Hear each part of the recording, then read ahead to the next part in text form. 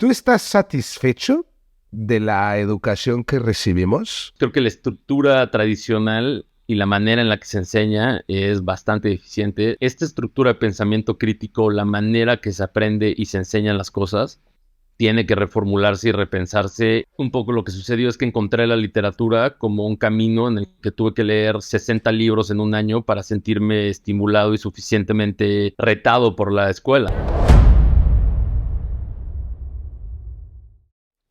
Hola a todos y bienvenidos a otra increíble plática, esta vez con el señor Pablo Chozas Zambrana. Como estudiante de la licenciatura de Filosofía en la Facultad de Filosofía y Letras de la UNAM, Pablo se especializó en estética y filosofía del cine, en particular en su relación con las políticas estéticas, es decir, en las maneras en las que el cine y las artes visuales en general sirven como mecanismos para transformar el espacio público y el imaginario colectivo. Continuó sus estudios realizando un máster en Fine Arts por parte de la New York Film Academy, en las ciudades de Nueva York y Los Ángeles, donde además trabajó por más de un año en la producción de varios largometrajes independientes. Desde su regreso a la Ciudad de México hace casi una década, ha trabajado en prácticamente todos los ámbitos de la producción audiovisual y la industria del entretenimiento.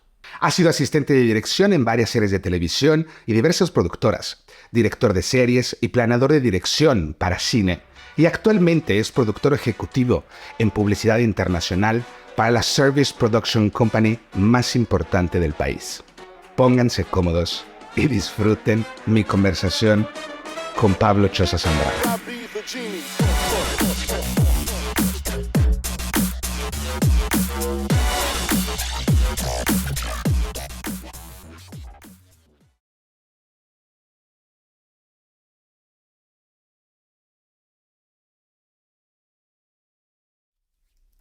Mi queridísimo Pablo Chozas, muchísimas gracias por darme tu tiempo y gracias por venir a cotorrear conmigo. Desde hace mucho que te había pedido, te había propuesto el hecho de venir a dialogar conmigo de algunas cosas.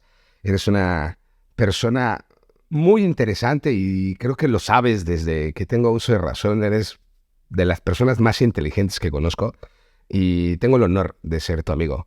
Y Ya, muchas gracias. pero ¿Cómo? ya empezamos mal. Las personas más inteligentes no de ser mi amigo. Eso es un honor que compartimos desde hace mucho tiempo. Fabito, muchas gracias, muchas gracias. Informé a la gente que está viendo este video que empezaste en tu formación profesional estudiando filosofía y yo quisiera entender qué fue lo que te atrajo inicialmente a estudiar filosofía. Pues siento que fue un proceso donde uno fui víctima de la pésima orientación vocacional que recibimos en los colegios. Y luego también un poco un proceso natural que me llevó de el deseo de estudiar literatura, como en las pretensiones de ser escritor, a lentamente ir madurando un poco en el pensamiento y encontrar el camino hacia la filosofía como una forma idónea para cultivar estos intereses originales, ¿no? Esta idea como de expresar a través del lenguaje y de tener una input creativa en el mundo. Y entonces, en ese sentido, tenía un entendimiento bastante primitivo de lo que era la filosofía. Y sobre todo, pues cuando eres joven y te vas cruzando con ciertas cosas históricas o citas, etcétera. Hay una muy famosa que me parece que es la 11ª tesis de Marx sobre Feuerbach, que dice en una línea: lo que ha hecho la filosofía hasta ahora es interpretar el mundo, lo que debería hacer es transformarlo. Entonces, puta, lees eso y te sientes, ¿no? Acá como de la punta de lanza del mundo y demás, ¿no? Entonces hay como todo un sentido romántico alrededor de la filosofía cuando tengo 16, 17 años, que desde ese momento pues, me da como este tema de estudiar la filosofía y sobre todo un poco después, cerca del final de la preparatoria, este interés de estudiar cine, pero para mí parte de los grandes pensadores y artistas del siglo también eran filósofos como Sartre, etcétera. Entonces, como que dije, siempre buscar el camino de la filosofía para luego ampliar los horizontes a otras cosas. Y mencionaba lo de la orientación vocacional porque no tenía ni idea, ni con las clases de filosofía que teníamos en la prepa, de lo que realmente es, ¿no? Entonces, cuando entras a filosofía te das cuenta de que tu idea es absolutamente primitiva y no tiene nada que ver con lo que estás buscando, ¿no? Entonces, en ese sentido, creo que va por ahí el tránsito. Y si no recuerdo mal, la carrera, porque estudiaste filosofía en la Facultad de Filosofía y Letras en la UNAM, y si no recuerdo mal, dura 4 años y medio, ¿no? Algo así. 4 años, 8 semestres y la tesis, etcétera. Ok, ¿y cuáles fueron, digamos, de las cosas más importantes que aprendiste en esos 4 años? Pues yo creo que hay en general dos cosas que entender sobre no solo la enseñanza, pero sobre todo el aprendizaje de la filosofía. Es que puede haber dos cuestiones importantes en que se separan. Uno en el proceso pedagógico, el proceso de aprendizaje de formas de razonamiento, argumentación, etcétera. Y otra es ya un poco el estudio sobre ideas particulares, no sobre el estudio de la filosofía en sí mismo. Creo que esas dos cosas son muy importantes de entender porque creo que cuando la gente menciona filosofía se tiende a entremezclar y creemos que todo es los diálogos socráticos y Platón y Kant y los famosos nombres, ¿no? Que todo el mundo ha escuchado. Pero en realidad gran parte de eso es aprender a pensar. Te enseñan una forma de pensar única que es fundamental. Y creo que el ejercicio de esa forma de pensar es lo que se puede extender a todas las partes de la sociedad, digamos. Yo te tengo que dar toda la razón. En los últimos años he solo concluido que los mejores pensadores del mundo son los filósofos. ¿Por qué? Porque cuando se encuentran, ¿no? A ver como diferentes corrientes, a discutir diferentes ideas, es como como desarrollo del pensamiento crítico en manera orgánica. Es una cosa maravillosa. Tú actualmente, Pablito, trabajas para The Lift como productor ejecutivo. Eh, y digo, después de tus estudios en filosofía, llegaste a adentrarte de lleno, digamos, en el mundo del cine. Lo que quiero entender es cómo ha influido tus estudios en filosofía justo con tu desarrollo en la industria del cine. Pues es una cosa muy curiosa porque al pensar estudiar cine como lo que quería hacer al principio, creí ingenuamente que la filosofía era como simplemente como para prepararme para eso. Y al contrario, cuando me fui adentrando más en ciertas cuestiones filosóficas, descubrí un poco más el mundo de la estética, del filosofía del cine. Y entonces, a mi sorpresa, realmente el cine o la idea del cine se tornó como el vehículo para expresar una idea filosófica y no al revés. Entonces, en este sentido, creo que lo que me formó como términos ideológicos proviene de esta formación filosófica, este compromiso con las políticas estéticas, con la reconstrucción del espacio público y el espacio simbólico a través del arte, a través del cine, pues lo puedes expresar dentro de el mundo cinematográfico audiovisual de diversas maneras y creo que es un camino y el medio idóneo. Dicho eso, en realidad en el día a día la práctica filosófica va más como a las habilidades del pensamiento crítico que mencionábamos, ¿no? Porque el tránsito de tener cierta idea a transmitirla, hay muchos matices diversos en la manera en la que se estructura la industria, pero en general yo creo que en mi día a día lo que más utilizo sin duda es esta noción de pensamiento crítico, análisis y la manera, sobre todo en cuestiones prácticas, hay un vacío impresionante en la manera en la que la gente logra llegar a las conclusiones y argumenta, cosa que me ha sido muy útil, mucho más que en la cuestión creativa, digamos. Entonces la industria se ve beneficiada de tener estas estructuras que estamos intentando implementar que tienen construcciones, sobre todo el pensamiento crítico de procesos deductivos, etcétera, que no son comunes en la formación de los profesionales de la industria. Papito, mencionaste hace ratito las políticas estéticas. ¿A qué te refieres? ¿Qué son? Híjole. Pues básicamente es un tema que empieza a arrancar en los 60s, en la revolución, ya sabes, del pensamiento desde Francia, el Mayo de París y las preguntas por el papel del arte en la sociedad. Hay un grupo de pensadores que se concentran en concebir el espacio público como el centro de convivencia de lo político, como los límites, o sea, lo que le llaman los límites de la percepción. Existe un acuerdo tácito y un acuerdo implícito entre todos los miembros de la sociedad. Creces en un contexto cultural en particular que delimita tu percepción.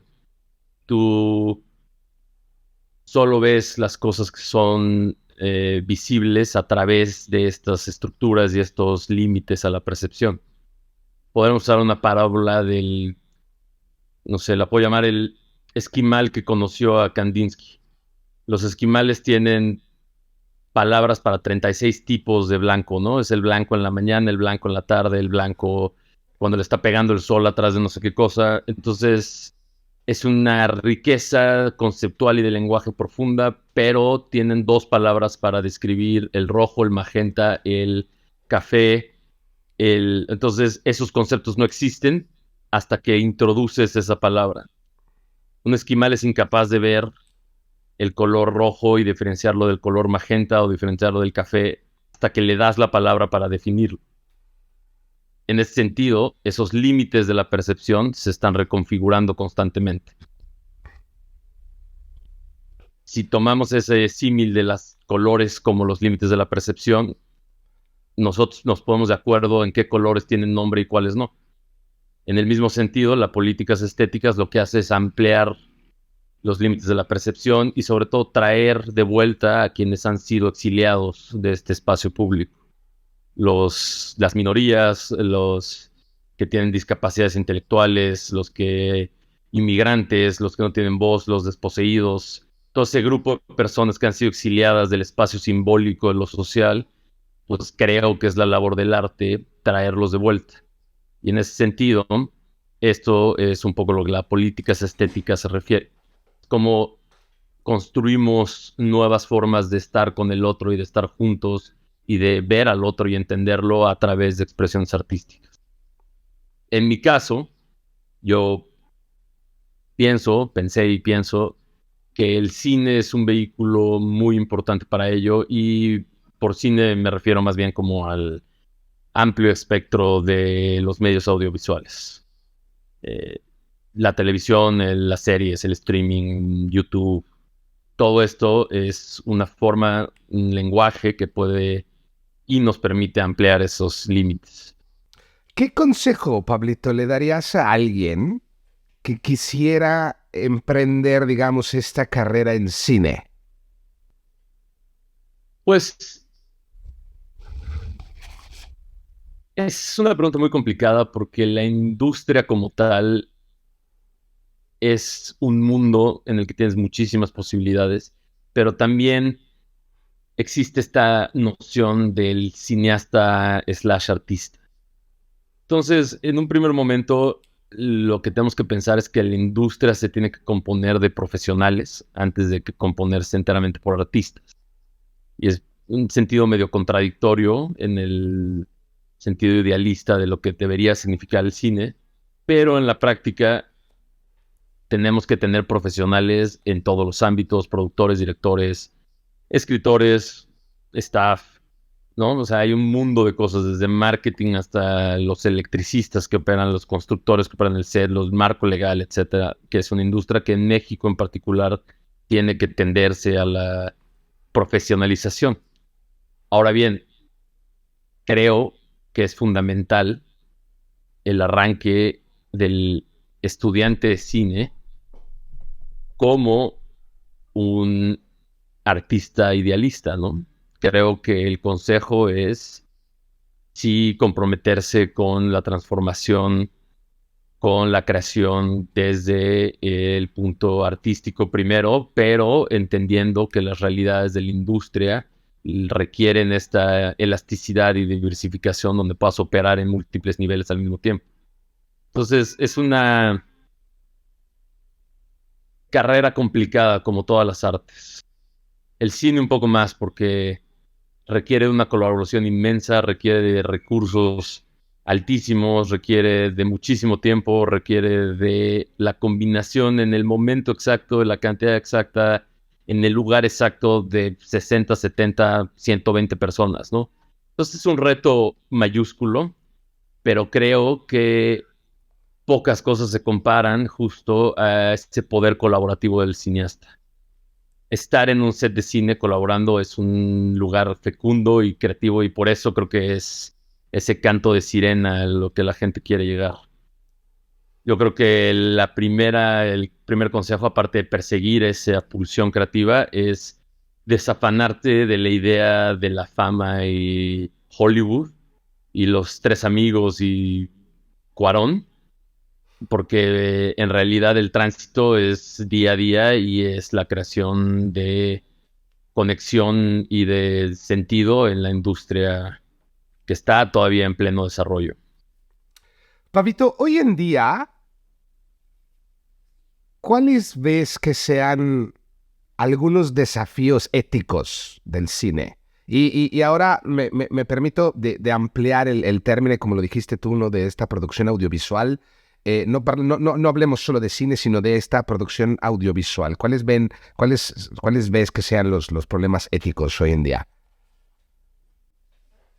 Pues creo que fundamentalmente podemos dividirlos en dos. Y uno siento que es el problema de la libertad de expresión, que le suelen llamar, digamos, se concentra en, dado que esto sucede muchísimo en Estados Unidos y demás, siempre es la discusión alrededor del First Amendment y qué está protegido como free speech y qué no.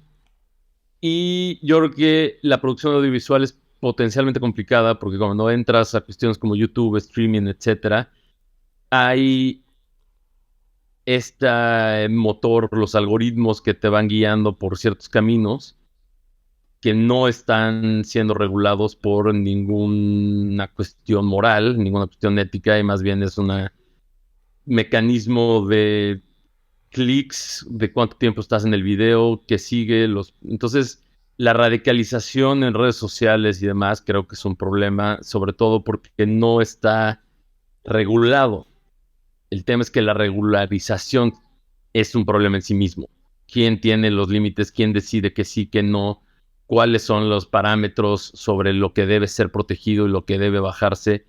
Entonces, todas estas discusiones de la extrema derecha que se vuelve radical, se vuelve terrorista, se vuelve homicida, que postean sus manifiestos en 8chan y streamean balaceras, pues pareciera que hay una línea clara, ¿no? Sin embargo, está el mundo de cosas alrededor de eso que no es tan claro cuándo pintas el sí y cuándo pintas el no, ¿no? Entonces, eso creo que es un problema y creo que es un problema que justo la filosofía podría ayudar. Desafortunadamente no tenemos el tiempo porque esto se evoluciona en sentidos casi cuánticos, pero si hubiera una pausa, en el sentido debería haber una reflexión sobre cuáles son las consecuencias, cuáles son los límites, cuáles son las virtudes, los peligros de esto y trazar una especie de infraestructura legal para trazarlo. Por eso no tengo esperanza alguna de que suceda. En otro lado, y creo que es mucho más interesante, existe una pregunta ética sobre o moral sobre el creador en sí mismo, ¿no? Si tú eres creador de contenido, ¿cuál es tu responsabilidad frente a él? Hay una teoría, ¿no? La muerte del autor que propone Barth, que básicamente está en la audiencia el decidir los límites, el valor artístico de una obra y no en el creador. Un poco la muerte del autor es un concepto en el que el autor debe morir para que, en este caso lo habla del lector, pero para que el lector devenga del lector, ¿no? Que necesitas el espacio de reflexión como audiencia para tú construir el significado y entonces el autor pasa a un segundo plano. Eso dicho sea de paso, más que un concepto epistemológico, la pregunta es si existe en realidad una cuestión ontológica sobre el valor, de los valores de tu obra de arte, o no. Entonces, un cineasta que hace narcoseries tiene algún tipo de responsabilidad por lo que pone enfrente en el sentido del valor o el impacto que tiene en la sociedad, o más bien es chamba de la sociedad tomar la obra como es y reflexionar al respecto y crear sus propias conclusiones. Eso Y, es. y ju- y justo en esto, justo en este canal que estamos hablando, Pablito, yo justo te quería preguntar cuál era, digamos, como la responsabilidad o el potencial que tienen los estudiantes que estudian cine o los creadores en este caso, de justo con su estudio y con su trabajo, justo de hacer una diferencia en el mundo. Pues yo creo que tienes que partir del hecho fundamental de que cualquier persona que quiere contar una historia tiene por objetivo expresar algo del mundo, cambiar el mundo, una crítica, hacer una propuesta, poner carne, ¿no? Y poner sudor y sangre en juego. Y entonces, en ese sentido, creo que no debemos juzgar un poco los valores de la obra fundamental y los valores de la obra independientemente, sino debe haber una discusión a nivel cultural sobre los valores que expresamos, sobre los valores que perseguimos. Entonces no es que yo como cineasta, como escritor, como autor, como filósofo, tenga que tomar una postura moral imbatible y defender la capa y espada. Yo creo que más bien esta forma de transformar la sociedad emana de una discusión colectiva, una discusión cultural con la audiencia, con quienes somos partícipes de la obra para generar este cambio de conciencia. No sé si me explico. Creo que el valor no tiene que ser yo haciendo la metafísica, las costumbres, en el sentido kantiano, ¿no? De intentar moldear una ética a través de la obra, sino más bien es insertarme en el discurso social, en la realidad de lo que estamos viviendo y a través de eso arrancar una discusión. Entonces mucho se habla de, por ejemplo, el cine puede ser la última película de Michel Franco, que creo, ya no sé si es la última, ¿no? La de Nuevo Orden, esta película medio polémica en la que como que cambian un poco los matices y es como qué pasaría si las clases obreras se alzan contra los ricos y poderosos, ¿no? Entonces, más allá de que creo que Michelle está haciendo o no una pues, como una buena conjetura moral sobre su postura, yo creo que lo que hace es insertar esto de discusión dentro del público, dentro del tema nacional. Entonces ahí hay un tipo de conversaciones más extensas o con mayor o menor valor, pero que insertan ciertas cosas en la cultura popular tan simple y tan, yo creo, importante como Nosotros los Nobles, ¿no? Es una comedia que causó revuelo porque evidenció y puso en práctica estas formas de, pues, convivencia de las distintas clases y sobre todo de los distintos estereotipos, ¿no? Entonces, los mirreyes, los chairos, los godines, los fresas, los nacos, todo el mundo entra en una discusión, siendo sátira y lo que tú quieras, pero eso durante meses permeó la discusión tanto en redes sociales como las calles, ¿no? Era un tema de conversación. Y creo que eso es lo que hace el cine y es lo que hace el arte, ¿no? Abrir caminos de conversación, caminos de encuentro o de desacuerdo, ¿no? Un poco el punto es no tomar una postura como autor y decir esto es lo que tiene que ser, sino más bien abrir e insertar tu obra en la discusión social del momento. Y un poco con miras a moldearla, ¿no? De cierta manera. O sea, los pensadores tienen eso. Mm, Volvemos, Roma de Cuarón. puso sobre la mesa las relaciones que tienen cierta clase medio alta, medio acomodada con las personas trabajadoras del hogar, ¿no? Y entonces es algo que se ha vivido durante muchísimos años y que estaba un poco en el imaginario colectivo, pero ahora encuentra un discurso con Cuarón. Y no solo eso, sino además encuentra a través de Yalitza la imagen de si hay un valor o no en su actuación, porque no es actriz, por todo este motivo. Entonces, saca a relucir tanto virtudes de la sociedad mexicana como los audios de estos actores criticándola porque pues no actúa, porque es india, ¿no? Entonces está haciendo de ella, ¿no? De una ignorancia pavorosa. Y eso es un poco lo que también expone, ¿no? Y entonces ese tipo de discusiones son las que enriquecen la vida cultural nacional. No es que Cuarón haya dicho, esto es como tiene que ser el mundo, sino más bien es, como te digo, ejemplo claro de la política estética. Vamos a quitarle el velo sobre algo, vamos a hacer visible lo que antes estaba oculto y vamos a discutirlo. Pablito, me quiero aprovechar que estuvimos 12 años o tal vez más en la misma escuela. Eh, y hablando justo de estos años compartidos, ¿no? Desde la primaria, la secundaria, la prepa. Ahorita hablamos, si quieres, de la universidad y de lo que hiciste en Estados Unidos. ¿Tú estás satisfecho de la educación que recibimos?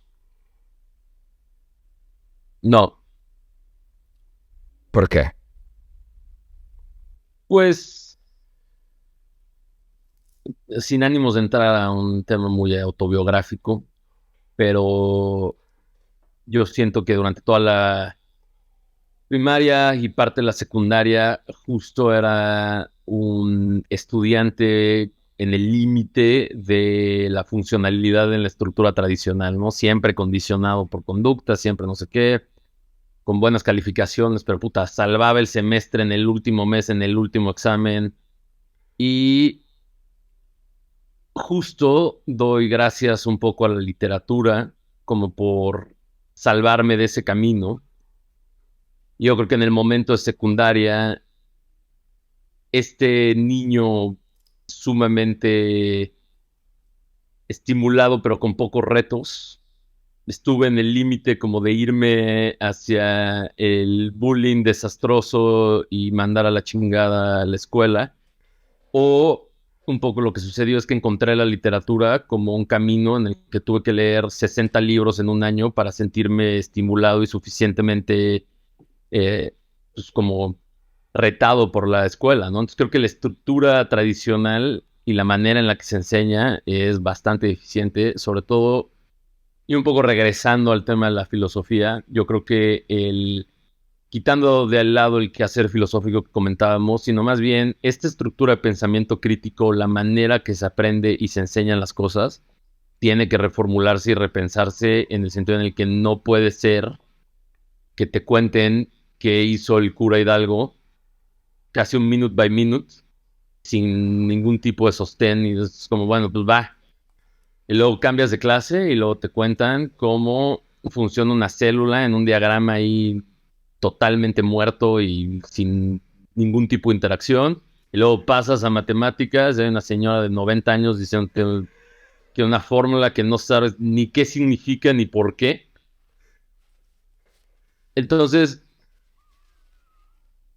esta historia, ¿no? Donde tiene que construirse una aproximación dinámica donde los alumnos pregunten y ellos mismos encuentran respuestas, creo que es fundamental. Creo que por ahí podríamos empezar a tener una pedagogía un poco basada en el aprendizaje filosófico aplicado a todos los temas. Por ejemplo, álgebra, ¿no? Es un tema donde fundamentalmente tienes que aprender a hacer ecuaciones y despejar ecuaciones. Puta, nadie te dice qué es, qué significa, para qué, cómo surgió, cuál es el interés, cuál es la importancia. Y en efecto, nunca en tu vida adulta es de las cosas bonitas que sí tienes razón a los 12 años cuando preguntas cuándo voy a usar esto, nunca lo vas a usar. Nunca vas a despejar una ecuación, el binomio cuadrado perfecto. Pero lo que sí estás utilizando en tu vida son esas herramientas de deducción, esas herramientas de reflexión, esa manera de poder llegar a conclusiones, pero si no te los dices, si no te lo impulsan, si no está un poco más pues pensado en la manera en la que tú puedes engancharte con el alumno, pues al final se convierte en algo súper difícil de aprender, ¿no? Entonces, y eso es que nuestra escuela era de las más dignas. O sea, no me quiero imaginar lo que sucede en otros lugares menos afortunados, ¿no?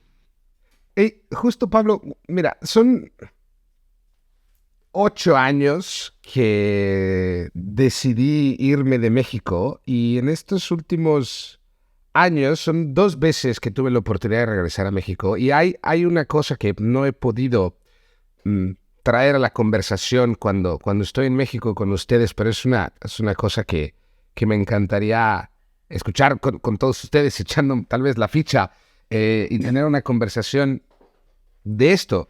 Un poco retomando lo que decías de la escuela, a mí me parece increíble y hay un fenómeno, hay algo que está sucediendo súper grave, Pablo, en las escuelas primarias, donde los niños que entran en primero de primaria llegan con una curiosidad infinita, ¿no? Si tú, hay un ejemplo maravilloso, creo que es de Carl Sagan, o de Richard Feynman, no me acuerdo, que dice que si tú llegas justo con un salón con niños de primero de primaria y les preguntas por qué el pasto es verde, ¿no? Los niños van a empezar a decirte un chingo de cosas súper creativas que probablemente no tengan nada que ver como con la realidad del por qué el pasto es verde, pero justo ahí es donde se desarrolla y se deja ver como esta creatividad infinita que tienen los niños. Y prácticamente en estos 5 o 6 años de la primaria, cuando uno sale ya no se ve, digamos, como el mismo fenómeno. Entonces, que según tú, ¿qué chingados pasa en estos años de primaria?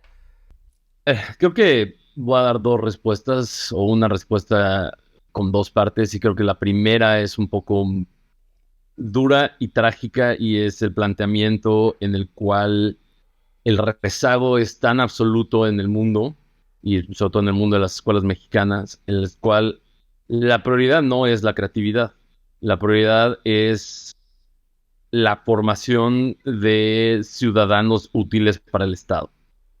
Y estamos fallando incluso en eso. La noción básica sería que la gente aprendiera a leer, escribir, un poco de matemáticas y vámonos a incorporarse a la fuerza productiva. Estas cuestiones, estos eh, programas educativos pedagógicos de la SEP y la Secretaría que provienen desde un poco después de la revolución, cuando está este movimiento demográfico de los campesinos a las ciudades, el crecimiento exponencial de la Ciudad de México, de otro de Guadalajara, Monterrey, etcétera, pues hay el sentido de un cambio de orientación a la educación y la pérdida de la educación un poco tradicional, específica, como el rubro de cultivar las habilidades necesarias para un tipo de vida específica que tienen relación con su tradición, con el mundo en el que viven, etcétera, a la regulación de una educación homogénea, ¿no? Para todos.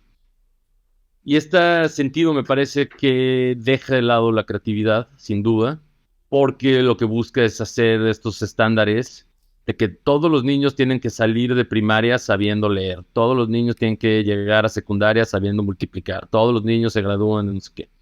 Es que hay un esfuerzo de la patria protectora del prismo revolucionario de los 50, 60, 70 en crear esta baseline para todos y construir un país un poco más preparado. Este set de habilidades básicas se han descuidado a tal grado donde la gente no sabe leer, no sabe pensar, no sabe escribir. Y no solo eso, ha perdido su creatividad. Yo creo que la creatividad puedes pensarla como el motor de este aprendizaje, porque si lo piensas como un añadido, como si lo piensas es una vez que ya sepas leer, una vez que sepas escribir, una vez que sepas hacer mate, una vez que sepas hablar inglés o lo que sea, te vamos a dar 50 minutos de clase artística, 50 minutos de filosofía, 50 minutos de arquitectura o de lógica o de materias, pues ya perdiste el tren, ¿no? Esto es como una concepción que piensa la creatividad, piensa la expresión artística como el último de los niveles posibles dentro de la educación. Entonces, primero pasas por toda una serie de cosas que le llaman fundamentales y preparaciones, y al final te dan unas chispitas arriba de algo creativo. Yo creo que en esencia, como dices, el problema es que tendríamos que reformular la manera en la que planteamos el aprendizaje desde la creatividad. Pablito, si de ti dependiera, si fueras el boss de la SEP, güey, o sea, y de ti dependiera desde cero recrear el currículum de las materias esenciales en la primaria. No te digo de darme todo el currículum, pero ¿cuáles serían las materias que no podrían faltar? Yo creo que la pregunta más allá de que cuáles son las materias, yo creo que lo que tenemos que repensar es la manera en la que las enseñamos. Un debate sobre cómo aprenden los niños a leer, ¿no? Entonces, si es fonéticamente, si es a través de asociación con imágenes, entonces tú ves una flor y abajo la palabra flor, o una mancha naranja y abajo la palabra naranja, entonces tú sabes que eso es el color naranja, entonces tienes que aprender a leerlo, o aprendes fonéticamente a identificar las sílabas, cómo se van diciendo y cómo se construyen. Este tipo de debates creo que es esencial solo como para ilustrar que lo que hay que reformar o pensar es la manera en la que nos aproximamos a ello. Yo en la historia de México es una materia importante, pero si está siendo educada a través de una forma estéril, en la que te dicen las cosas que pasaron, no te explican por qué pasaron o cuáles pudieron ser las consecuencias de lo que pasó, o cómo te hubieras imaginado tú que podría pasar, o qué hubieras hecho tú al cambio, creo que se pierde de nuevo el valor que tiene para la formación del estudiante pensante. Entonces, más allá de las materias fundamentales, yo creo que toda la reformulación tendría que pasar por una reformulación del aprendizaje. Tenemos la creencia, yo creo que equivocada, de que el aprendizaje sucede en el aula y sucede mientras estás sentado en el pupitre. Y realmente cualquiera que se haya dedicado un poco a ver cómo aprende, no solo los niños, sino los estudiantes universitarios, el aprendizaje se hace en los pasillos, se hace cotorreando con los amigos, se hace problematizando lo que acabas de pensar. Entonces, no es hacer un ejercicio que termina cuando el maestro se va, sino es sembrar el pedo, la semilla, de que salgan los niños y en el pasillo estén platicando, estén estudiando, estén retándose uno a otro a tener una idea. Ahí encuentras ese tema fecundo, ¿no? El silencio del salón de clases nunca le ha enseñado nada a nadie, ¿no? O sea, necesitamos un poco esa riqueza de el espacio público. Por eso regresamos un poco, no me voy a poner muy romántico, pero el ágora eh, ateniense, ¿no? Es el lugar de encuentro al aire libre, en el público, donde lo que se debate son ideas y formas de pensamiento y problemas, etcétera. No un salón con una señora escribiendo GIS, ¿no? Bueno, supongo que ya usan plumones, pero... Pablito, según tú, ¿cuáles son los actuales, o también cuáles fueron en nuestro tiempo en la escuela? Pero sobre todo, ¿cuáles son los desafíos de enseñar filosofía en la escuela hoy en día, según tú? Bueno, solo va a ser una especie de corolario. Toda esta plática que acabamos de hacer del maestro, de la clase, etcétera, viene de mi experiencia en una escuela de la élite educativa. El problema es 2000 veces mayor cuando te enfrentas a un salón comunal donde hay niños desde 6 años a 12 años y un solo maestro que tiene que explicar todas las materias al mismo tiempo a 24. O sea, la dimensión del agujero educativo que tenemos en Latinoamérica es, o sea, pavoroso. Si te pones a pensarlo, realmente no hay otra salida más que el llanto. Pero O sea, quitamos de lado mi respuesta elitista sobre generar un ágora ateniense, cuando, o sea, en la realidad es que hay cuestiones mucho más atroces como que los niños tengan que comer durante su día de escuela, ¿no? Exactamente, exactamente. Y además, o sea, en ese aspecto, o sea, también sería justo platicar de la responsabilidad que tienen las escuelas y la responsabilidad que tienen los padres de familia. Pero aquí entramos en un círculo vicioso donde qué tipo de educación tuvieron estos padres de familia, ¿no? ¿Cuál es la prioridad de estos padres de familia? Entonces, ahí se vuelve una situación súper difícil donde yo te doy toda la razón. O sea, tú y yo tuvimos la maravillosa oportunidad de tener esta educación privada y nos podemos quejar y podemos encontrarle los bemoles al sistema y tenemos mucho que decir, pero creo que sí, la situación, y no nada más en Latinoamérica, Pablo, te lo juro, también en el primer mundo, ¿eh? Aquí en Italia se encuentran y se ven de las cosas que hay un término maravilloso en Italia que se le llama el analfabeta funcional, donde ¿habías escuchado este término antes? No, por favor.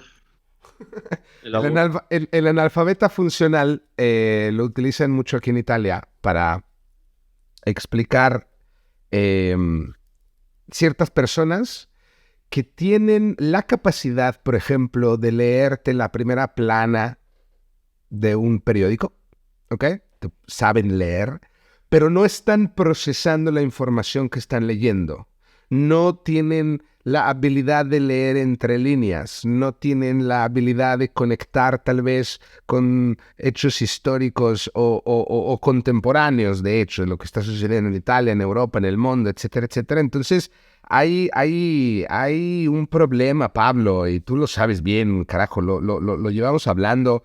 Yo me acuerdo de estas justo charlas que teníamos cuando teníamos 13 y 14 años, que íbamos a los Sanborns a hablar los viernes, solo a discutir de ideas, ¿no? A discutir ciertas cosas. Lo habíamos concluido cuando teníamos 14 años, carajo, Pablo, que el problema es la educación, tantos problemas de los cuales nosotros a esa joven edad, nos dábamos cuenta que todo se resolvería con la educación. Entonces aquí surgen muchas preguntas y es una cosa que yo regularmente platico mucho, no solamente con mis invitados en el podcast, pero con tanta gente que está a mi alrededor, es justo el pensar por qué chingados no ha existido este cambio en la industria de la educación como ha existido el cambio, perdón, en otras industrias, ¿no? Como los transportes, la industria de la comunicación, etcétera, etcétera.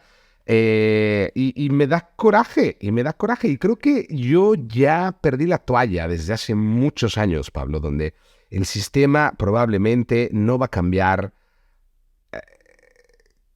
a manera agigantada como tal vez se necesite. Según yo, el trabajo tiene que ser hecho fuera de la escuela. Tiene que ser un trabajo complementario a con lo que se ofrece, porque tú, sea en México y esencialmente en cualquier país, tienes la oportunidad de no elegir el sistema de educación tradicional, ¿no? Están las escuelas Montessori, están las Steiner Waldorf, están muchas opciones, ¿no? Entonces, eh, más allá de lo que te ofrece el país, creo que es la responsabilidad de las personas que traen a estas personas al mundo de hacer lo que la escuela no está haciendo.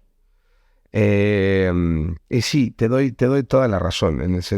Hay una situación crítica donde sí, si nosotros nos quejamos en la situación de la educación de élite, güey, nuestros compadres. Pero quizá te lo voy a cambiar un poco, porque ahora que tú hablas de la situación de los analfabetas funcionales en Italia, sabemos que hay 300 millones de niños en China que estudian en escuelas campesinas, que debe haber medio billón de güeyes en Latinoamérica que tienen deficiencias.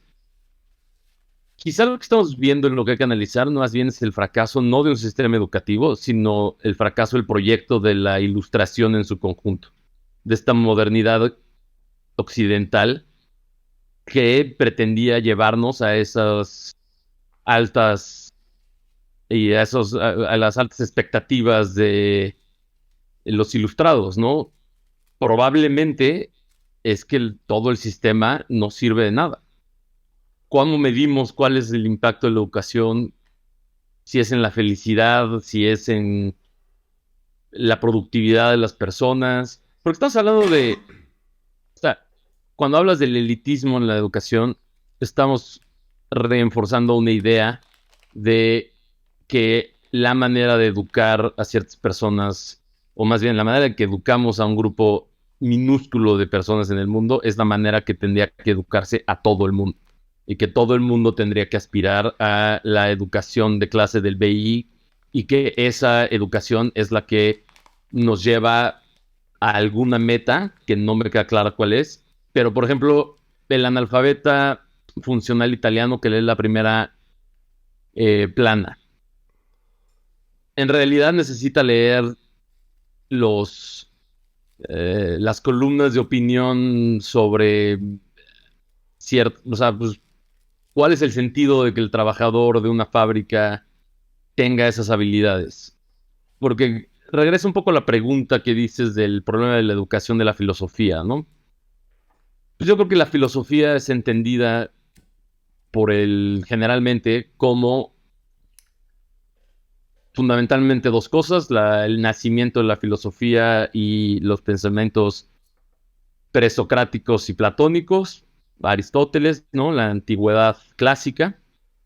Y luego el nacimiento de la filosofía moderna, que nace como en el racionalismo de Descartes hasta nuestras épocas, que está incluso mezclada ya con neurociencia, con filosofía de la mente, etc. Pues toda esa concepción de filosofía es una concepción predominantemente europea, eurocentrista, con ciertos valores y ciertos objetivos fundamentales, ¿no? Lo que le llaman en general el proyecto de la ilustración, el proyecto de la modernidad, que pues en cierto sentido parece que en estos días está más derrotado que vivo, ¿no? Sin embargo, es el que está casado con el proyecto capitalista del libre mercado que rige el mundo, ¿no? Entonces como que viene todo junto con pegado, y entonces nuestra concepción de filosofía se radica en una concepción del mundo que deberíamos cuestionar, sin duda, ¿no? Entonces yo creo que de ese lado la filosofía tiene que dejar de ser eurocentrista, sobre todo en su educación, y entenderla como la creación de saber humano. Ya María Zambrano lo decía en El descenso a los infiernos: hay que recuperar ese saber olvidado y ese saber perdido. Y era un poco ampliar esta definición de educación. O sea, hay que entender que la tradición oral indígena es igual de importante que la reflexión hegeliana sobre la dialéctica, ¿no? Entonces, ¿cómo encontrar ese balance y cómo entender lo que podemos obtener de la educación en ese sentido? Sobre todo, regresando al tema de la educación, creo que es muy importante para poder reformular la educación de la filosofía. Tenemos que enseñar a los estudiantes a pensar, no tenemos que enseñarles a saber que conocimiento y pensamiento es distinto, ¿no? Tienen que pensar filosóficamente, no saber que Platón vivió en Atenas en 1300, bla, bla, bla, bla, bla, y que escribió tal cosa, y que Fedro habla sobre la amistad, y que ¿no? O sea, ese sentido de filosofía me parece muy inerte y poco, pues, útil, sobre todo para atacar los problemas de este mundo. Claro, y yo creo que aquí lo que estás mencionando entra una responsabilidad inmensa justo en el educador que tú tienes enfrente, ¿no? O sea, donde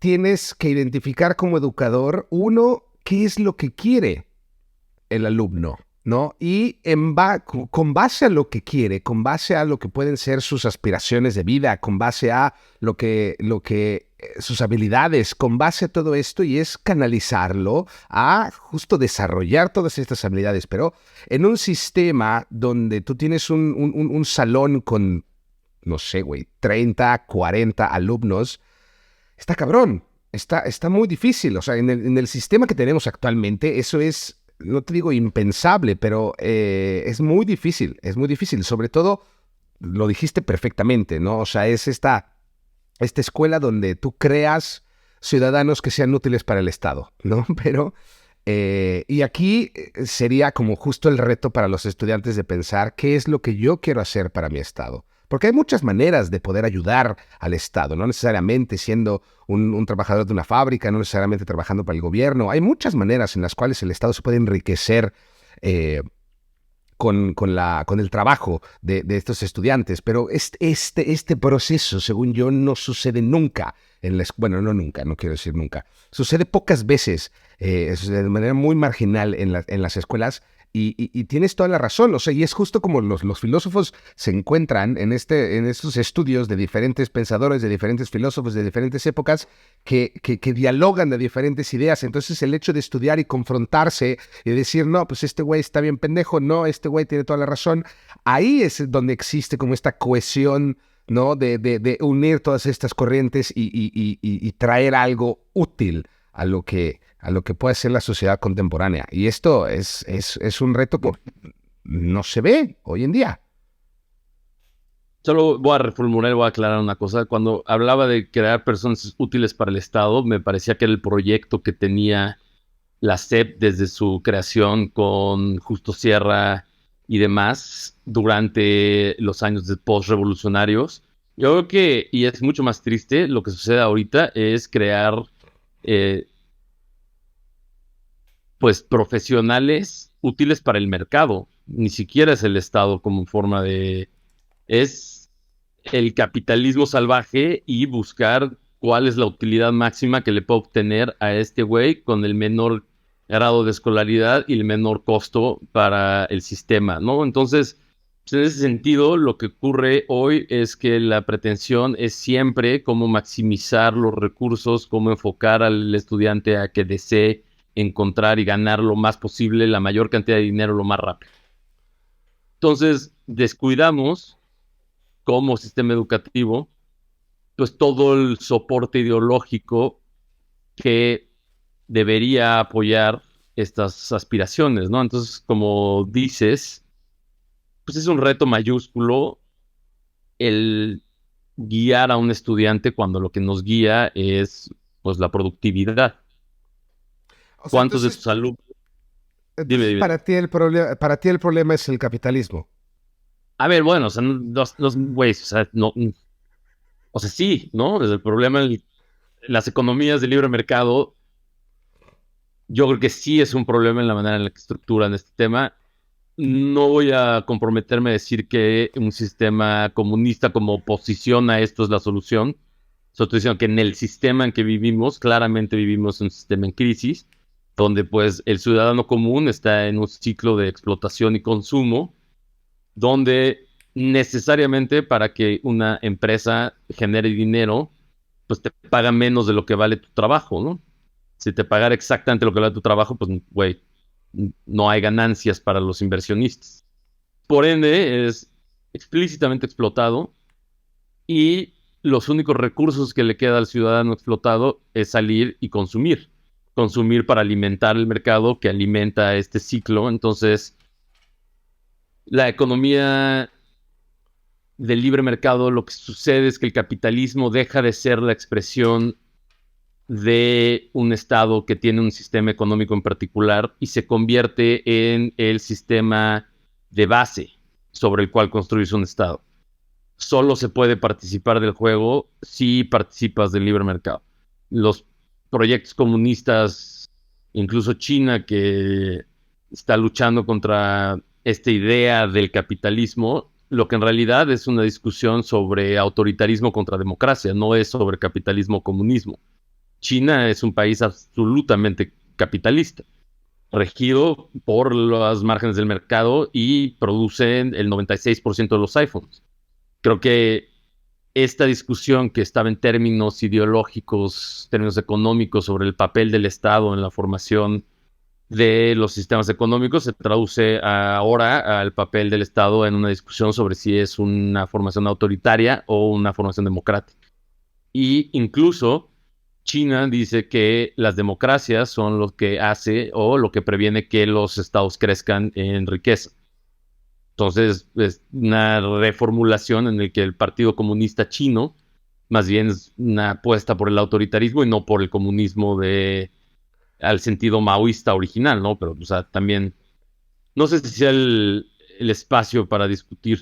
Por supuesto que es el espacio, Pablo, por supuesto que lo es, pero entonces, o sea, sí, yo te doy la razón y me acuerdo de haberlo platicado con ustedes varias veces, el hecho que reflexionar si efectivamente nuestra República Federal Democrática sea el mejor sistema de gobierno, ¿no? O sea, yo argumentaba tal vez que con las monarquías, ¿no? El papel justo del monarca, que bien o mal en las monarquías contemporáneas, en teoría no tienen como mucho papel, ¿no? En lo que son las decisiones de todo lo que se hace en el país, pero aquí lo pondría entre comillas, pero si analizamos las monarquías de algunos años atrás, ponte a pensar que tú eres el monarca, ¿no? Tú eres el rey y obviamente tú quieres que tú y toda tu descendencia sigan en el poder, ¿no? Entonces, eventualmente, si eres una persona inteligente, tienes que hacer algo bien por la gente para justo darle pie a que tus descendientes sigan estando en el poder. Entonces ahí automáticamente el pueblo gana algo de positivo. Pensando en el sistema, por ejemplo, de la no reelección en México, donde tú tienes 6 años para hacer lo que tengas que hacer, a ti te vale madres lo que vaya a suceder después de tu posición en el gobierno. Entonces, ¿cuál es el incentivo? ¿Cuál es la motivación de hacer bien tu chamba? Obviamente, hay muchísima gente que tiene una ética moral y profesional muy elevada que eventualmente, obviamente, quiere hacer algo bien por la gente que lo eligió y quiere hacer algo bien por la gente del país. Pero esencialmente, Pablo, no es lo que vemos, al menos en México, ¿eh? Yo hablo por México, no puedo hablar de otros países. Pero si no es la democracia, entonces, ¿qué otras opciones ves como viables para este bienestar? Dos cosas. O sea, siento que cuando mencionas las monarquías parlamentarias que existen en este momento contra las monarquías absolutas, hay una diferencia entre la democracia no solo en la manera de elección del líder, sino también en dónde radica la figura del jefe del Estado, ¿no? El soberano actual tiene esta dualidad donde tiene una especie de doble cuerpo. Existe el cuerpo físico de la persona sobre el que recae el poder, pero está la figura simbólica del cuerpo del Estado que se deposita en esta institución monárquica. Eso te permite tener una diferencia entre Estado y gobierno, cosa que en las democracias es muchísimo más difícil de trazar. Pareciera que el Estado mexicano como tal es la serie de infraestructura, de instituciones, de programas sociales, de trabajadores permanentes que no están ligados a un cargo de elección popular, etcétera, y que el gobierno es esta cosa que se supone elegimos cada 6 años, ¿no? Entonces, esta diferencia entre Estado y gobierno, que depositan no solo las expectativas, pero también las responsabilidades y las culpas de manera distinta. Entiendo que la democracia es un proceso bastante complicado, muchísimo más complicado que el autoritarismo, pero que en esencia funciona, yo creo, con ciertas bemoles. Yo sí considero que quizá la reelección es un sistema que ayuda a la accountabilidad. Bueno, no existe esa palabra, pero la accountability, ¿no? Para que exista una manera en la que podamos hacer una revisión. Yo creo que ese tipo de cosas nos ayudan en un sistema factorial como el nuestro, que tenemos muchos partidos políticos. También una segunda vuelta es un instrumento que ayuda a, sobre todo, consolidar la opinión popular y legitimizar al gobierno en turno. O sea, sin duda, es un sistema político perfectible, pero yo creo que no estamos hablando sobre si debemos de caer en una monarquía absolutista, porque lo que sucede es que si te casas con tu primo, muy pronto dejan de haber personas inteligentes que ven por el mundo. O sea, el último Augsburgo, Carlos V no podía tragar porque era más prógnata, porque, o sea, es trágico, ¿no? Lo que terminan siendo las monarquías europeas. Entonces, pues también, o sea, confiarle el peso del gobierno a eso. Y bueno, es un poco lo mismo regresando a la filosofía, ¿no? Podemos justamente tomar este tema donde muchos piensan a Rousseau como un demócrata o un republicano contra Hobbes y el Leviatán, que es depositar todas las fuerzas del Estado en una figura donde si te pasas de listo, el Leviatán te corta la cabeza instantáneamente y se acabó, ¿no? Entonces, esta idea de cómo se protegen mejor las libertades individuales, si es entregarlas en absoluto a un Estado que entonces la proteja, o es a través de la construcción de una red ciudadana que cuide este espacio público y este derecho común, ¿no? Entonces, pues ahí también es... Y justo, ¿cómo podrías, digamos, incluir la filosofía justo para promover o para ayudar, ya sea a los estudiantes o a las personas en general, como para promover esta justicia social?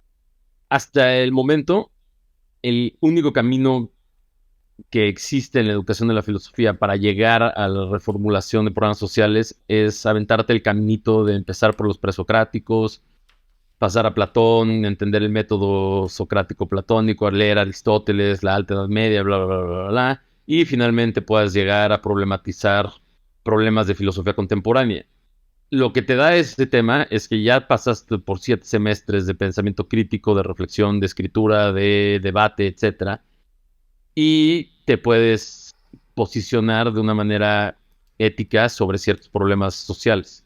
Quitando eso, quitando que no vamos a lograr que la filosofía sea 2 años de tronco común para todas las carreras, lo ideal sería, uno, establecer mecanismos para la reflexión, para la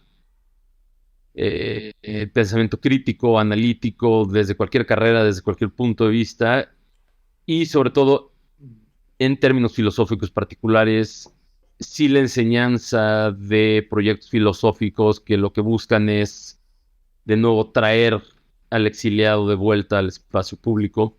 Creo que hay muchos esfuerzos, cité antes a María Zambrano, pero incluso Dussel, pensador mexicano en su Ética de la Liberación, pues tiene esta pregunta de cómo quitarnos el yugo de la filosofía occidental y generar un pensamiento eh, original que busque reivindicar el lugar de los pueblos originarios americanos dentro del discurso global. Pero de vuelta, todas estas son aproximaciones ideológicas que poco tienen que ver como en la práctica del día a día del estudiante, ¿no? Yo creo que para eso tenemos que regresar a la manera pedagógica de cómo enseñar a las personas a pensar. La justicia social es algo que puedes encontrar en casi absolutamente todas las carreras y disciplinas que pueden estudiarse, ¿no? Desde diseño industrial hasta diseño gráfico, hasta, por supuesto, física, biología. Hay aspectos de cómo podemos encontrar ese discurso y traerlo de vuelta, como la biología puede estar al servicio de los pueblos originales, de los pueblos marginados, aprender cómo los indígenas de Chiapas cuidan de la selva y quitarnos esta idea paternalista de que llegue el científico con sus mediciones a decirles así se hace esto. Diseño industrial, qué es lo que necesitan los hogares mexicanos, cuál es la manera en la que podemos mejorar o sea, las injusticias, la inequidad a través de diseño ecológico sustentable. O sea, esos caminos existen para todas las carreras. Lo que no existe es una plataforma de pensamiento para problematizarlo. Y creo que eso es lo que la filosofía puede aportar. El espacio de reflexión para decir cómo hacemos que el diseño industrial en una carrera libero en realidad tenga un impacto para redistribuir los recursos que los que cuenta la ciudad y no se vaya a los más ricos. Y entonces, ¿cómo ves tú el papel de la filosofía entonces en el desarrollo de la tecnología hoy en día?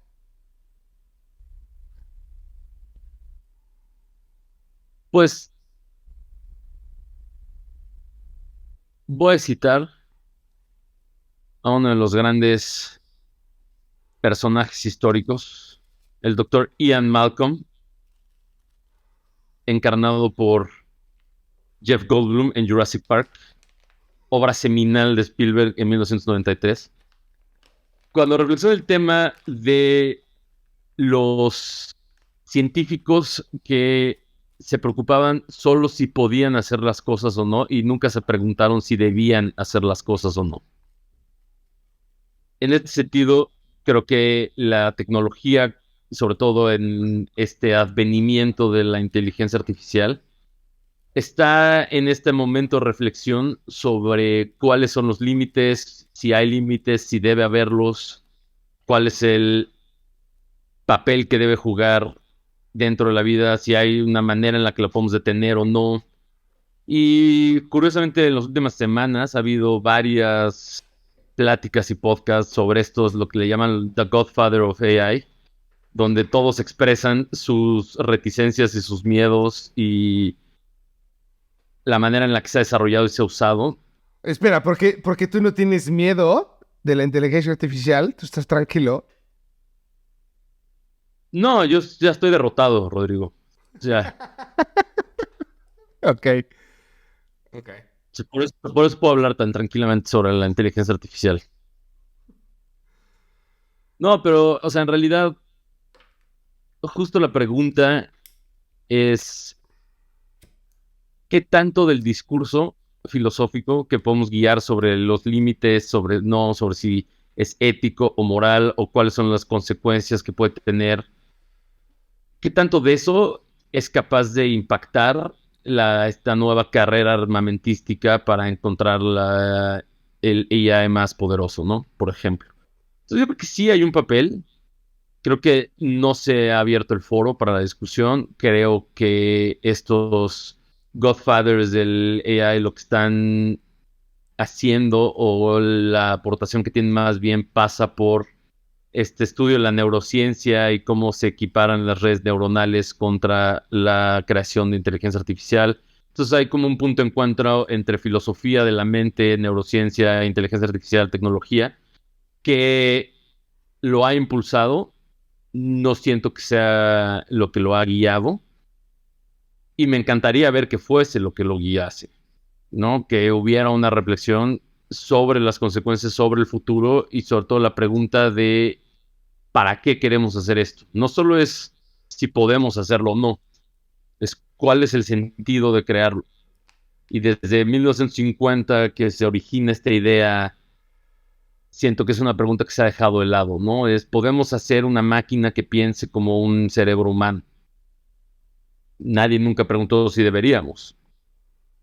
E incluso yo problematizaría la pregunta en sí misma.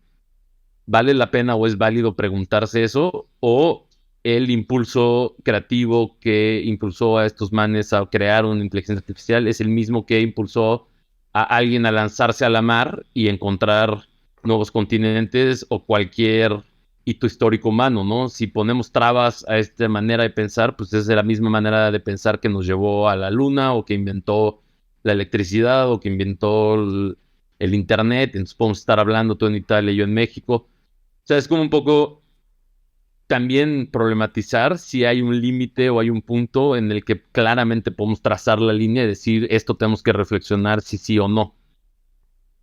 La pregunta en sí misma es, ¿se puede preguntar si hay que reflexionar si sí o no? No sé si me estoy yendo muy atrás en la reflexión. No, pero a mí lo que te haría dos preguntas. O sea, ¿por qué ponerse el problema de cuestionarse algo? En el senso, ¿por qué limitarse al hecho de cuestionarse una cosa? Después la segunda pregunta es, ¿por qué no hacerlo? O sea, en el sentido que el avance tecnológico computacional que era el tiempo cuando nace la inteligencia artificial, porque esto nace 70 años antes, ¿no? Alan Turing ¿no? Que es el padre de esto. ¿Por qué no hacerlo, Pablo? ¿Por qué no? O sea, dos cosas. Creo que si preguntas desde la filosofía, digo que el papel de la filosofía es problematizarlo y cuestionarse. Entonces, Absolutely. de ahí tienes que cuestionarte cuáles son los límites o cuáles son las preocupaciones legítimas de cierta cosa, cualquiera que sea el discurso, y sobre todo cuál es la validez siquiera de la discusión. Creo que parte de la filosofía es pensar si podemos pensarlo, o si debemos pensarlo, o cómo lo pensamos, y una vez que lo pensamos, cuáles consecuencias tienen, ¿no? Por otro lado, pues, la pregunta de si debemos hacer todo lo que podemos hacer, pues no sé. No sé si el mundo es un mejor lugar con bombas de hidrógeno, por ejemplo. Entiendo, y es una cuestión fascinante, como la culminación de un proyecto que va desde Heisenberg, desde Oppenheimer, etcétera, la creación de cadenas de electrones, una cascada de electrones en un núcleo de plutonio para tener una reacción en cadena y dividir el átomo. Es una cosa maravillosa por el sentido de la ciencia misma, que terminó en el mundo estando al borde de la destrucción. También me parece fascinante la historia de Turing, la historia de cómo crean las primeras computadoras, cuáles son los objetivos. De nuevo, la pregunta es no si debemos o no hacerlo, ya lo hicimos. Creo que la reflexión es si esto destruirá el mundo o no, y si hay algo que podamos hacer para evitarlo. Que de nuevo, si hay algo que podemos hacer para evitarlo no es una pregunta filosófica, es una pregunta que ya es el temor, ¿no? Que en inglés le llaman el runaway AI o el runaway chain reaction. O sea, una vez que arrancas ese pedo y le pusiste on a la maquinita, igual ya no se para, ¿no? Y ya se acabó. Que la verdad no es una discusión sobre si la inteligencia artificial no va a terminar en esto. Yo creo que lo que es importante es una discusión sobre qué dice la inteligencia artificial sobre nosotros mismos. Cómo son estos miedos expresados o nuestros miedos más antiguos expresados ahora en la inteligencia artificial, nuestros prejuicios más profundos. O sea, no toma mucho tiempo para que cualquier chatbot se convierta en un monstruo racista hablando con el humano promedio, ¿no? Entonces, Pero es que este es justo el problema, donde ahorita, con el desarrollo de BART, de ChatGPT, etcétera, etcétera, todavía no tenemos, digamos, como este riesgo de tener este tipo de interacciones con un chatbot, ¿no? Como dices tú. Pero eventualmente llegaremos a ese punto, ¿no? Y ahí la cuestión para mí fascinante es como cuando un chatbot te confronta y te hace reflexionar acerca de tus prejuicios, de tus valores, de todo lo que has creído en toda tu vida. Creo que es una oportunidad increíble de crecimiento. Creo que es una oportunidad increíble de volver a revalorar todo lo que fue tu vida y todo lo que has aprendido y de concluir si estás como en el camino adecuado o no, ¿no? Entonces, yo soy un gran entusiasta de esta tecnología, pero al mismo tiempo yo sí comparto muchos temores, como lo que decías, ¿no? Ya lo aprendiste y ya lo lanzamos, ¿no? O sea, hubo en el 2015 la comunidad de los researchers, ¿cómo se dice? De los investigadores, gracias, de los investigadores de la inteligencia artificial dijeron, güey, hay 3 cosas que no tenemos que hacer. 1, no le enseñes a programar, no lo conectes al internet y no lo hagas interactuar con un chingo de gente. ¿Qué fue lo que pasó, en noviembre del año pasado? Entonces, o sea, sí, ahí es donde se destapó esta carta que enviaron todos estos investigadores de decir, güey, pongámosle un alto a este pedo, por algunos meses, porque se nos está saliendo de las manos y se puede salir de las manos teniendo consecuencias horribles. Pero justo lo que decías, ¿no? La bomba de hidrógeno o la bomba atómica. Esto también nos dio pie a encontrar la mejor manera de generar energía limpia y renovable. No renovable, perdón. Casi renovable. Porque ya hay, Pablo, ya hay maneras que con los residuos radioactivos de las plantas que generan electricidad con esta tecnología, puedes utilizar los residuos para volver a generar electricidad, ¿no? Entonces, se está desarrollando en este momento, entonces es renovable, pero no es renovable. Pero entonces, o sea, esa dualidad, ¿no? Que nos dio la posibilidad de destruir al mundo, como la posibilidad de no volver a tener problemas de energía, Pablo, en el mundo, en el mundo. Traigamos la misma analogía con la inteligencia artificial, donde sí existe este camino que nos lleva al Skynet, ¿no? Del mundo, pero imagínate el otro lado. O sea, esta bifurcación hacia dónde nos podrá llevar. O sea, sí, pero yo creo que estás utilizando una falacia lógica en el que no puedes probar el contrafactual. En este momento no se destruyó el mundo y tenemos las plantas nucleares, pero hay un escenario en el que el mundo se destruye. Obviamente no sucedió y no podríamos decir qué hubiera pasado si tal cosa, porque es lo que no puedes probar. Y yo creo que estamos en ese vértice, en el mismo punto. O sea, yo creo que un poco el tema es que ya estamos en una situación límite en el cual las categorías tradicionales dejan de funcionar. O sea, ya no el discurso tanto ético como tecnológico como filosófico tradicional se ve absolutamente superado por el poder de esta nueva tecnología. En el sentido de que todavía no tenemos ni siquiera los conceptos para completamente entender la ramificación y las consecuencias, ¿no? Entonces yo creo que es una época interesante. Pues sí, el terror de que los escritores desaparezcan, los abogados desaparezcan, los...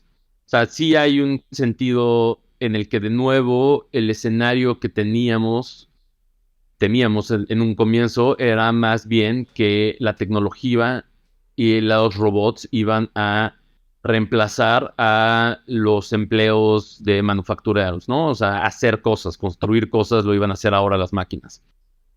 Pues resulta que a los 4 meses de que surge esta tecnología, lo que nos damos cuenta es que lo que van a reemplazar son empleos de gente educada, gente con carrera, gente que trabaja en oficinas, gente que hace investigación, gente que, etcétera, ¿no? Entonces, de pronto, hay un cambio en el sentido en el que lo que creíamos que iba a pasar no pasó, en el mismo sentido de, te debes acordar, el futuro que creíamos que íbamos a tener en 1990 era distinto al que terminó sucediendo porque no incorporamos la creación del Internet como fundamento. Pensábamos en coches voladores en el 2010, pensábamos en trenes ultra rápidos que transportaran no sé qué, porque estábamos todavía anclados al espacio físico como modo de transporte, como modo de interacción. Entonces, creíamos que teníamos que llegar más rápido a lugares. Nunca pensamos en la construcción de un mundo sintético en la nube, ¿no? Entonces, una vez que cambia el sentido, pinche coche ya no es necesario, sigue siendo igual que hace 100 años, ¿no? O sea, será más rápido, más eficiente, más claro, pero fundamentalmente ya no habrán coches voladores, porque el punto es que ya no hay espacio de trabajo, ya no hay oficinas, ya no hay, o sea, ya no tienes que tomar tu coche y viajar. Entonces, esta idea en la cual la tecnología nos lleva por derroteros insospechados, pues estamos un poco viviéndola en el mismo sentido.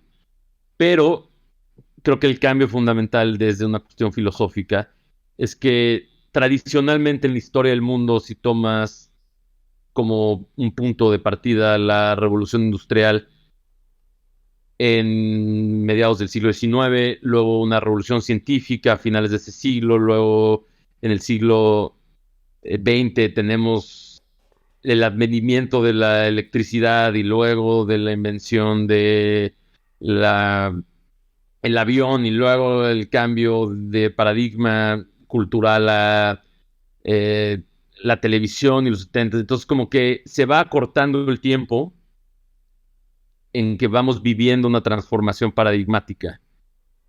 El problema es que ahora ese tiempo nos ha superado y sucede continuamente sin que nosotros tengamos tiempo para hacer un catch-up, hacer una pausa y decir, güey, ¿qué está pasando? El cambio de paradigma en Internet tomó al menos 5, 6, 7, 8 años en establecerse, la popularización de las redes, luego el smartphone y luego todavía el smartphone, que ¿cuándo es el iPhone? Debes tener el dato. Sí, 2007. 2009, 2007. 2007. El primer iPhone, pues tardó en entenderse, ¿no? Empezamos a tener smartphones, el BlackBerry, bla, bla, bla, bla, bla. A un punto que lleva 4, 5, 6 años siendo absolutamente indispensable para la vida, ¿no? El problema es que desde noviembre que avientan ChatGPT, hemos pasado como por 3 iteraciones, 3 cambios paradigmáticos en 6 meses, entonces ya nadie entiende una chingada. O sea, ya no sabes, no tienes un segundo para respirar y ya es el grito en las calles es si no estás utilizando la inteligencia artificial te estás quedando atrás. El tema es que nadie sabe qué está utilizando y a qué extensión, o sea, cuál es la extensión, cuál es la profundidad del cambio, cuál es el tema, cuál es el generar imágenes, cuál es el límite, cuáles es límites legales, límites culturales, o sea, todo eso es como que, güey, puta, no saben nada. Pero a ver, entonces, o sea, en general, ¿cuál es tu posición con la inteligencia artificial? O sea, ¿estás contento de la existencia de esta tecnología? ¿Te enoja el hecho de que, o sea, porque tienes toda la razón, estas iteraciones que hemos tenido desde noviembre, no sé, una buena, un buen porcentaje de la gente en posiciones de poder, en posiciones importantes, se dieron cuenta que sus trabajos estaban en la línea. Entonces, igual y por ahí también vino empujada esta noción de tener todo, pero tú ¿cómo la ves? O sea, Yo creo que a mí me entusiasman las posibilidades que generan por este tema desconocido, tema en el que no sabemos exactamente cómo se reconfigurará, sobre todo las relaciones de poder que mencionas, ¿no? Eso es interesante. Sin embargo, mi preocupación es que no es un instrumento que democratice el poder, sino va a ser un instrumento que lo concentre en las manos de todavía menos gente y menos güeyes. Entonces, las corporaciones que están detrás de estos motores serán aún más grandes, más poderosas, más ricas.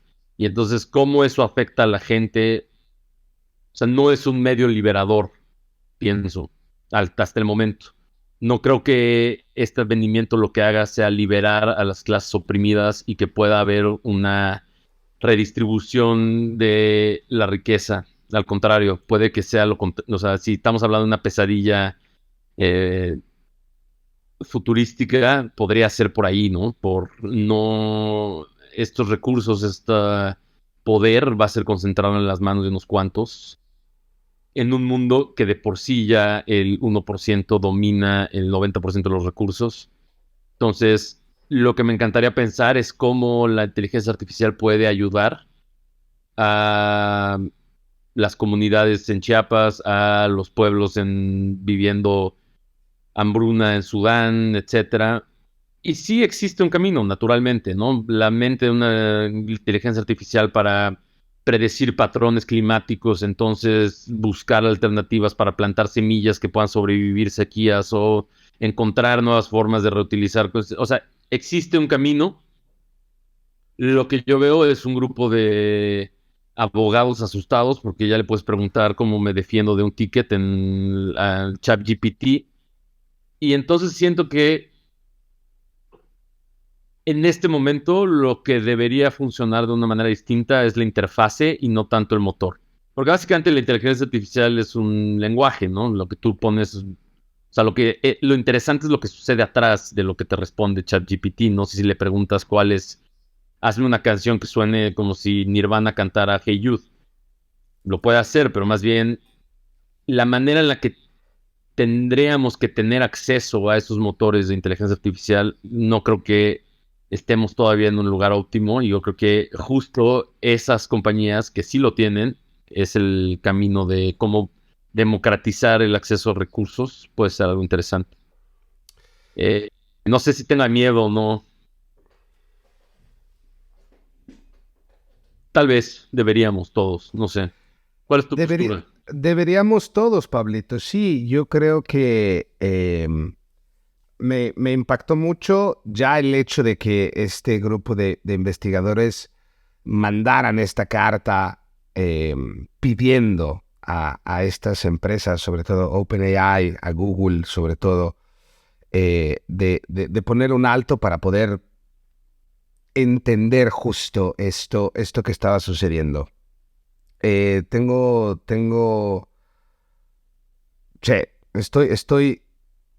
no asustado como lo estuve hace algunas semanas, porque no sé si lo viste, pero el CEO de OpenAI, Sam Altman, fue justo al Congreso de los Estados Unidos a pedirle al gobierno, así de, por favor, ayúdenos a regular esto.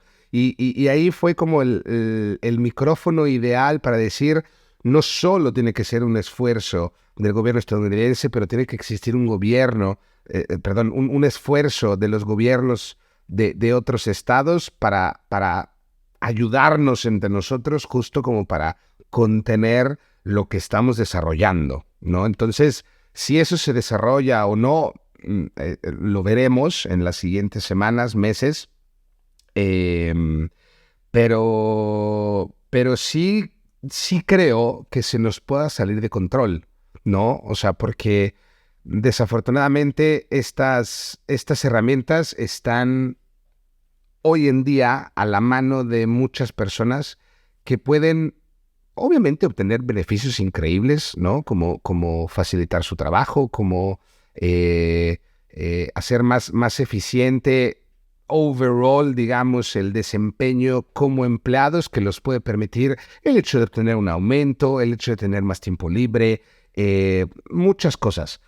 Pero así como podemos obtener beneficios, podemos irnos hacia el dark side de la situación, donde en algún video lo mencioné, donde es inútil que esperemos la regulación del gobierno, porque por cómo vienen gestionadas tantas situaciones, la carrera la llevamos perdida desde hace varios tiempo. Entonces, tenemos que ser muy inteligentes y sobre todo, o sea, las personas que tenemos acceso ya solo al Internet, necesitamos estar súper atentos de lo que leemos, de lo que vemos. Y este es aquí donde es un punto para mí súper grave, ¿no? Porque si yo puedo generar un artículo con el mismo lenguaje del Wall Street Journal o del New York Times, puedo engañar a la gente, ¿no? Y ahora, una de las cosas en esta reunión de Sam Altman con el Congreso americano, hablaban mucho de las próximas elecciones, donde esta manipulación de la gente, porque piénsalo, Pablo, si la inteligencia artificial llega a un cierto punto donde es capaz de manipular a la gente, obviamente te va, cualquier prompt, cualquier indicación que tú le digas, te va a decir lo que tú quieras leer, ¿no? Entonces, ya cuando hablamos de gente que cree en los posts que hace la tía en Facebook o en este tipo de cosas, es alarmante, la situación en general en la sociedad, donde el riesgo de cómo se informa la gente, esto puede tener consecuencias gravísimas, donde esta información lleva a tomar decisiones a la gente. Llámese la votación de unas elecciones, llámese la elección de una escuela para tus hijos, llámese la medicina, ¿no? O el tratamiento que le puedas dar a tus hijos, no sé, o sea, pueden ser un millón de cosas. Entonces aquí el punto no solo cae la responsabilidad en estas empresas que están desarrollando esto, sino también cae mucha responsabilidad en la gente que está utilizando esto, ¿no? Tú lo mencionabas, o sea, ok, sí, yo le pregunto algo a ChatGPT, pero yo no tengo idea de qué es lo que está sucediendo detrás yo no tengo idea de esta información, ¿no? De estas, o sea, la decisión que tomó OpenAI de poner a disposición ChatGPT hace algunos meses a disposición de la gente, o sea, con todo este input de información que están recibiendo, cosas está sucediendo. Porque además Microsoft es la que está, según yo, ganando más territorio en este aspecto. Ahora ya tenemos a disposición la inteligencia artificial de Google, que la llevan desarrollando desde hace muchos años. Entonces, digo, se tardaron muchos años en darse cuenta de todo lo que pasaba cuando nosotros metemos toda la información en el teléfono, ¿no? Whistleblowers como Edward Snowden, Chelsea Manning, etcétera, etcétera, donde hay el desmadre con Cambridge Analytica, que hay, venden nuestra información.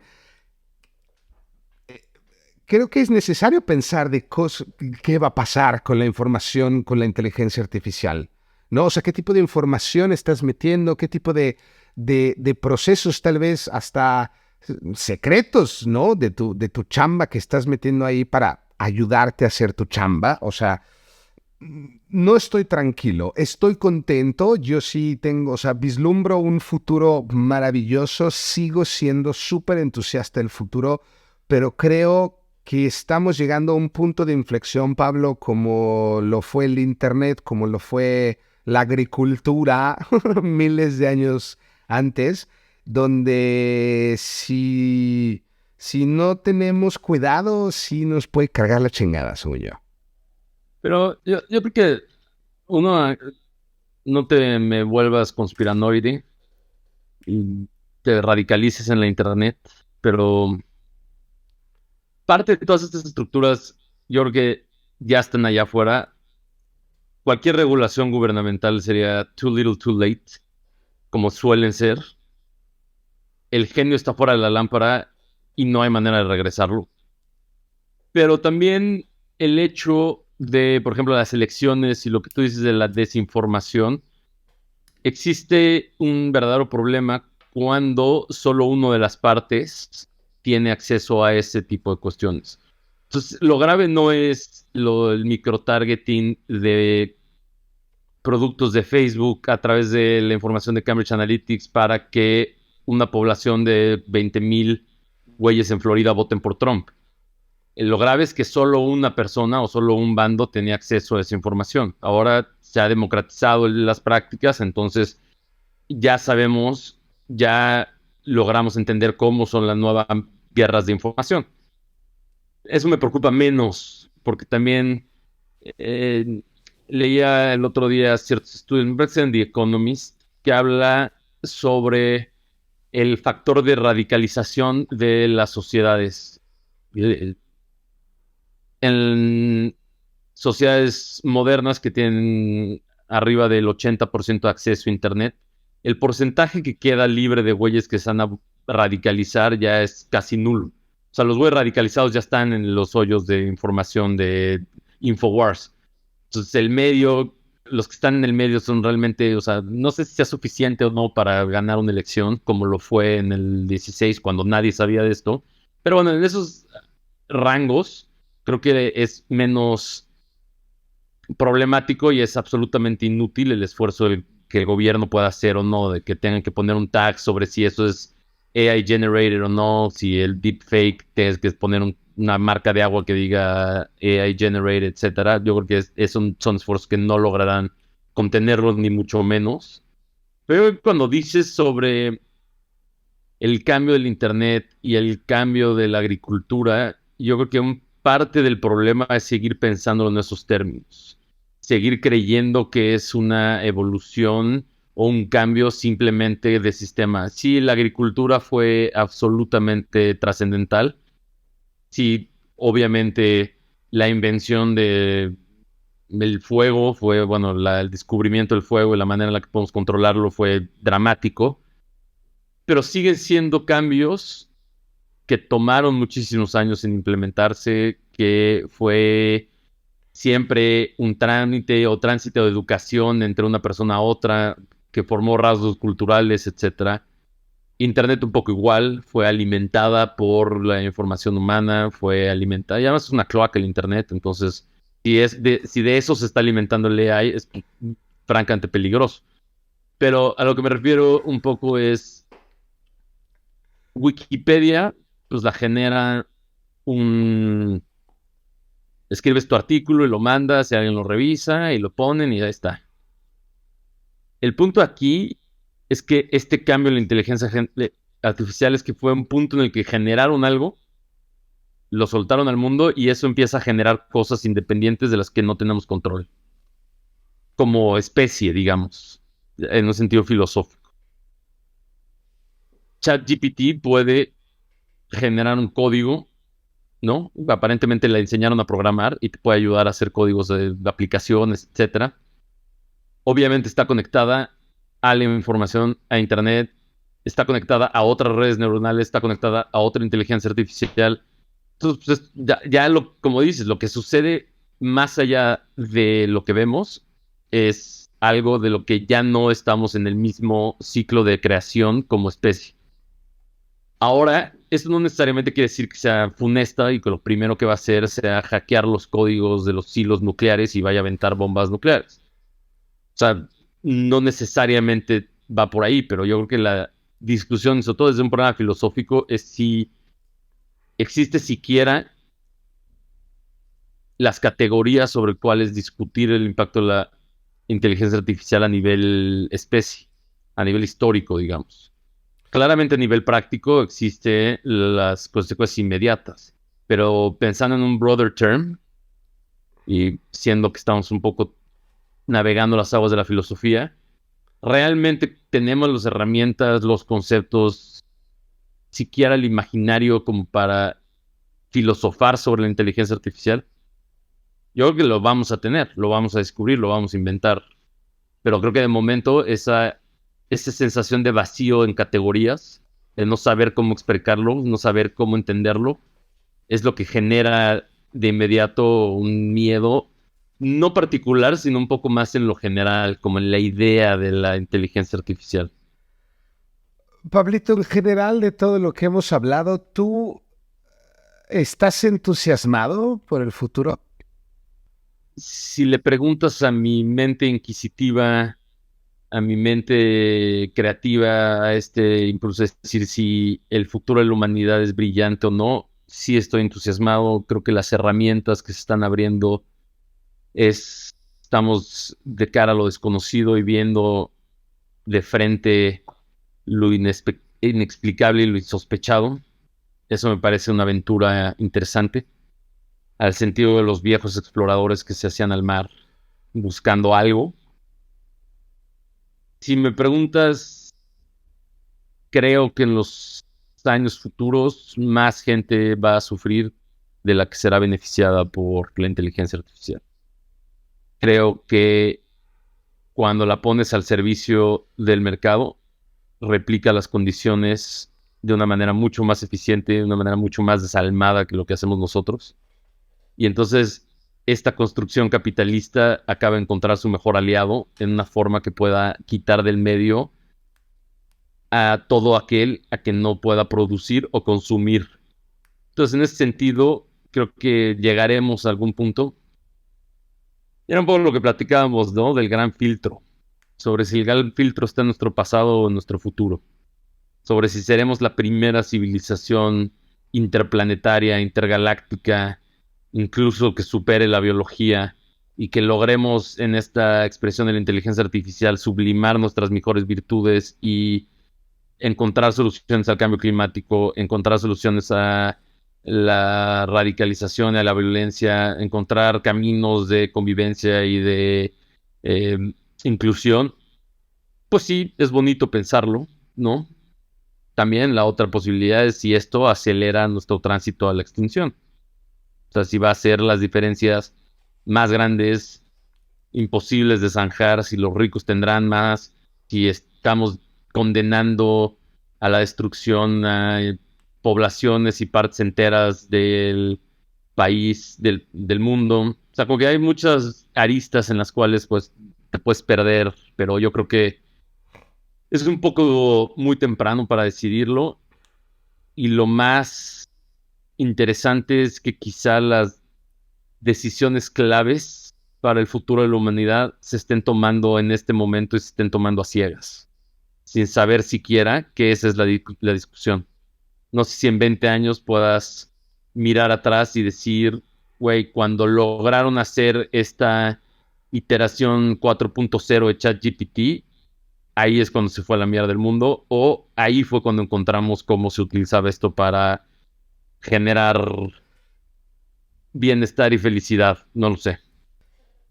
Pablito, si tú pudieras regresar en el tiempo y darle un consejo a Pablo Chozas cuando tenía 20 años, ¿qué le dirías? Yo creo que le diría que le tuviera menos miedo a las estructuras, a las expectativas, a los caminos trazados que hay que cumplir, y sacar mención honorífica y entrar a la escuela y llegar a la maestría y terminar un doctorado, y que en realidad se concentrara más en perseguir las cosas que en realidad me llenaban intelectualmente. Que el crecimiento no es un proceso lineal, que es un proceso constante en el que a veces regresas y reevalúas y das la vuelta y vuelves a entender y das un paso adelante y tres para atrás y luego das un salto cuántico, que no hay un proceso, que no hay fechas límite, y tal vez que beba un poco menos. Pablito, yo me considero una persona en serio muy afortunada de tenerte en mi vida. Muchas gracias por venir a dialogar conmigo. Espero no sea la última vez que vengas a charla conmigo en el podcast. Obviamente nos veremos y seguiremos hablando de todo esto como lo hemos hecho en los últimos 20 años, carajo. Pablito, muchas gracias. Gracias por tu tiempo. Sé que entre la chamba y las nuevas necesidades familiares, esto es difícil, pero te quiero agradecer en serio por esta maravillosa charla. Yo creo que todas las personas que nos vean, justo les va a llegar esta semillita para empezar a pensar en algunas cosas que probablemente no han pensado. Gracias, Pablito. No, gracias a ti, verdadero placer, y procura tener una charla donde no termines en inteligencia artificial. Lo intentaré, pero hoy en día esto es Estoy muy preocupado por el Skynet. yo es que güey, sí está difícil, Pablito. Sí es una cuestión donde la, la cosa que me sorprende más es que hay pocas personas, o sea, por ejemplo, como tú, que en serio están informados, porque tú te informas en general de todo lo que te sucede alrededor, pero yo te lo juro, inclusive hasta en mis alumnos no tienen ni idea. O sea, de 10 personas, una persona sabía de lo que era la inteligencia artificial y todo lo que estaba sucediendo. Y es por eso que regularmente esto surgió de manera orgánica en nuestra conversación. Yo no tenía pensada ninguna pregunta para ti de la inteligencia artificial, pero creo que es necesario que se comiencen a generar estas conversaciones, no solo en los altos niveles de poderes, pero entre nosotros, como lo que decías, esta oportunidad en el pasillo, ¿no?, de la escuela de empezar a confrontarse de las ideas, esto es lo que se necesita. Entonces, Pablito. Muy interesante. Justo el tema para último comentario es: estamos en este periodo en el que no sabes si tienes que tener mucho miedo, tienes que estar muy emocionado, cómo estás transitando la mitad. Entonces, puta, si un día qué emoción y me meto a ChatGPT y está poca madre, y otro día digo, puta, esto, si alguien se pone pilas, me deja sin chamba mañana. Entonces Exacto. es como, es un momento divertido, sobre todo. Así es, Pablito. Así es. Y nos volveremos a ver pronto.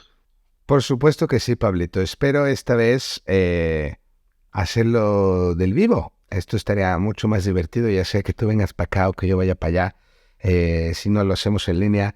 Y Pablito, te adoro, te amo. Muchísimas gracias.